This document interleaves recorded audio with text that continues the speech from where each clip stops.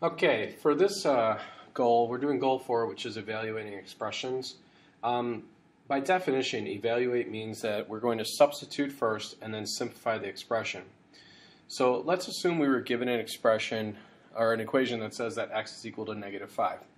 What we're going to do for each one of these problems is we're going to substitute the -5 into the expression and then simplify it. So when you do substitution, you always want to make sure that you're using parentheses. So to start off, if we substituted here, we have 2 times -5 minus 3, and then we just do our PEMDAS, or our orders of operation, to simplify. 2 times -5 is -10, minus 3 means our answer should be -13. Next, same thing with letter B, 7 plus 4 times -5.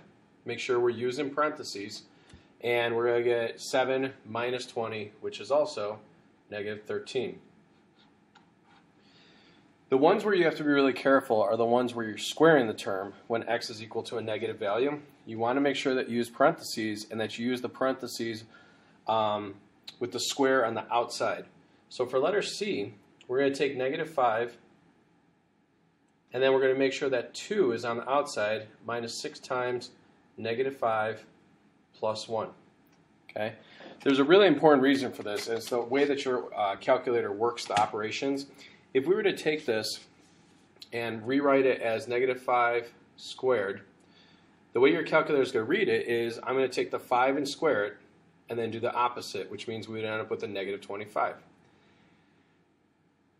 Versus if I do -5 squared, the way your calculator thinks about it, it's going to say -5 times -5, which would equal a positive 25.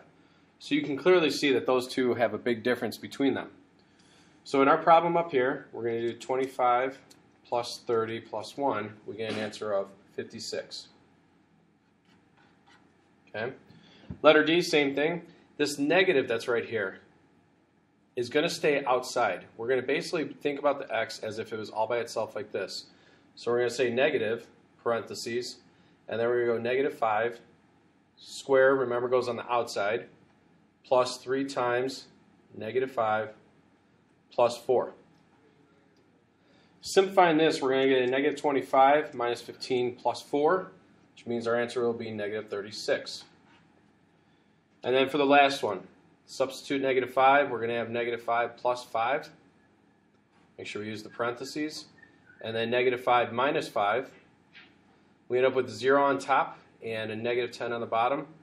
Anything divided by 10, remember, or 0 divided by anything, excuse me, is going to be equal to 0. Okay? Remember the old saying I showed you guys that if you have a number, or if you have 0 divided by a number, we can do it, so game on. However, if we have a number divided by 0, remember, no, you cannot simplify that, so it would be undefined. Now, how do we check this on the calculator? You can store values when you're evaluating and check them on a calculator. So here's the process that we're going to go through to do.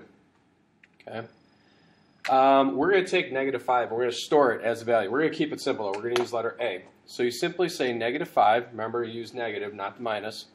And we're going to hit store, and we're going to store it as letter A. Your calculator now knows that -5 is always going to be the value for A. So if we used A here, let's go 2A minus 3. We get -13, which is the answer that we had there to begin with. 7 plus 4 alpha A, -13. A squared minus 6A plus 1. We get 56. So notice each one of the answers works well so far. Let's just check letter D. Negative alpha A squared plus 3 alpha A plus 4. And what's nice about this is by storing that value, I never have to retype the whole -5. I could just use A as my value for -5.